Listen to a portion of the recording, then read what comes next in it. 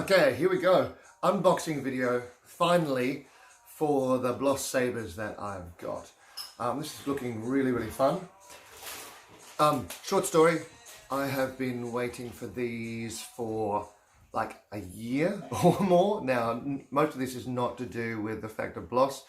The original package just completely got lost in transit. They remade all of them and had massive issues with that, with steel falling apart during the way that were completely legitimate but were very weird, okay? So, but they all happened on the same time.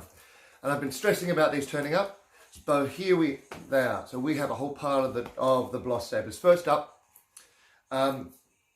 his basic infantry sabre, which I believe is based off one of the last Polish models. Nice weight in the hand, sort of a bunch of authority. Not the absolute quickest blade that I played with, though some of the versions of that are better. Okay. Grip is a little bit loose on this one, but that will tighten up really, really easily. So the construction here looks pretty good. We've got nut on the end here, half basket. Okay, and that's really good. One of the problems I do have with Bloss sometimes is that the hardware isn't put together quite cleanly enough, and you do get a bit of ricketiness and movement around in it.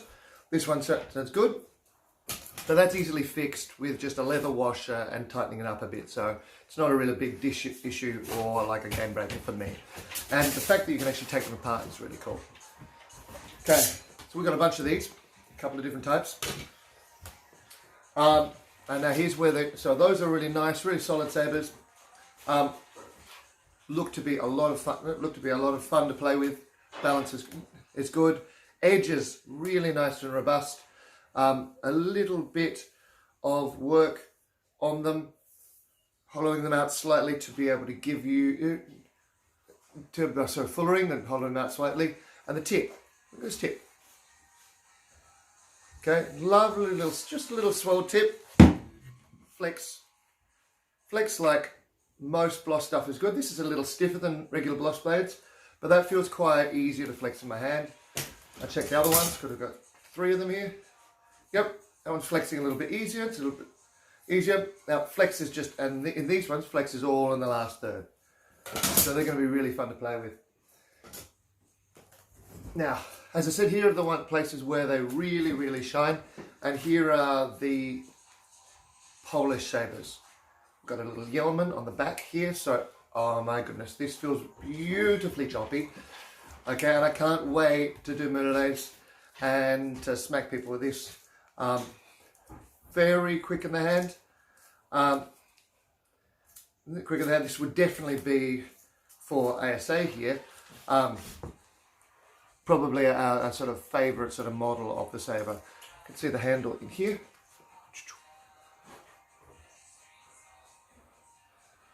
And it is a nice touch having a Polish sabre that's made by a Pole who's played with a bunch of the original weapons and gets them. And see, flexibility on this, even better. Cool. That's really, really lovely. So that's spot on for me. We've got a second one. Spot on flex, spot on balance. So this one's a tiny bit less lively, a little bit heavier. Flex is still spot on. And it's just got a little bit of tarnishing from being, and that would just be from shipping. That'll come off pretty quickly. And there is definitely enough room here to get some decent sized gloves on. That is on and in them, and that is true of all of them. So this is a great job. Like these ones, they're a bit more solidly put together than the other Bloss stuffs I've seen, so I'm pleased with that. And this crossguard is nice and strong. So like normally, one of my major complaints about the Bloss blades, about Bloss swords, is that I love them straight up, is that the crossguards tend to be just a bit underbuilt in terms of they tend to deform quickly and when they're struck, but this is really cool. So that's really nice. Okay, so that's a really nice crossguard, not over or underbuilt. Very, very cool. So the Polish Sabre's fantastic, spot on. Okay, and nice to put together, just that little bit better than the others have been put together. Same decent work on this one. And now, it gets better. Okay, so I was lucky enough, Marek put together a tournament prize for us for the World Broadsword last October, which I managed to win the second time, which is great. And I invite everybody out there, come and have a go at it this year. Here is the prize. A sharp arming sword. I think it's maybe about 70 centimeters long in blade. So quite a small blade. Very, very small handle, as you find on all of the extra things. So you can just kind of fit your hand in here. And oh, I can't wait to get out and play some of this stuff.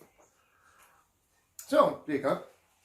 It likes the Sabre.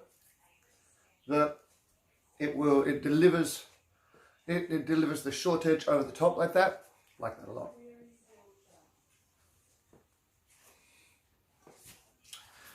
Cool. So that is absolutely lovely. Little bit there. So, and this tiny cross. So very close to museum to weights. So that's an absolute pleasure. But now, the piece de resistance. The thing that Maya people have been wanted to have in their hands for so long. Here it is. The Warderzuck.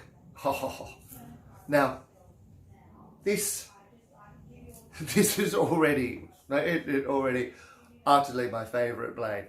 So in terms of my favourite single-handed blade, I've got a couple of really good side swords, but this is even more fun. Again, we've got the same blade that we've got with the Sabres before, with the Yeoman. It's a little bit finer put together for this, which is fine. It's actually a little bit thinner here than the other blades, but what a beautifully put together basket there, okay? It is strong where it needs to be, okay? And yes, I mean, this is going to be this is one of those swords you say, yep, this is the one, you want to do my Duzak, go out and get it. In addition to this, and you go, oh, maybe we can get, with swords like this, maybe we can get more people interested in doing the really, really awesome system that Maya's Duzak is. So, this is just utterly glorious. Cool. I've got that authority with the cut, with the parry, and the blade turns like nothing else. Cool. And I can get my finger over the cross, isn't that cool? Grip is really, really easy to change. Can I do? Yes, I can. I can even change to that reverse hand grip. Wouldn't be able to do that necessarily with a glove on, like I say, but that's common. That's common to almost every type sword that I've seen. So there you go. You've got it. The Bloss Warderzuck. So thank you, Marek. Fantastic job on that. Stitching's really nice on there. That's solid in the hand. Got fit that there.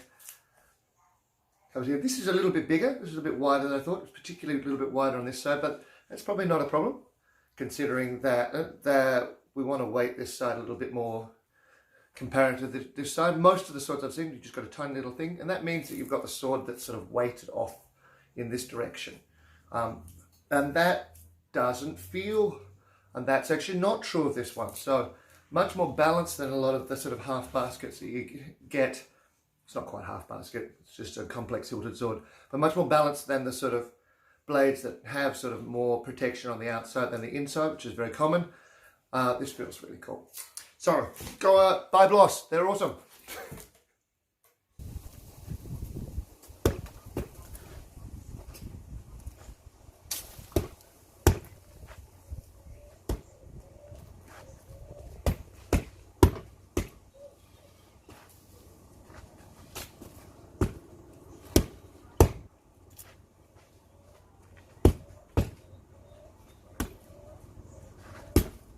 Yes. Yes.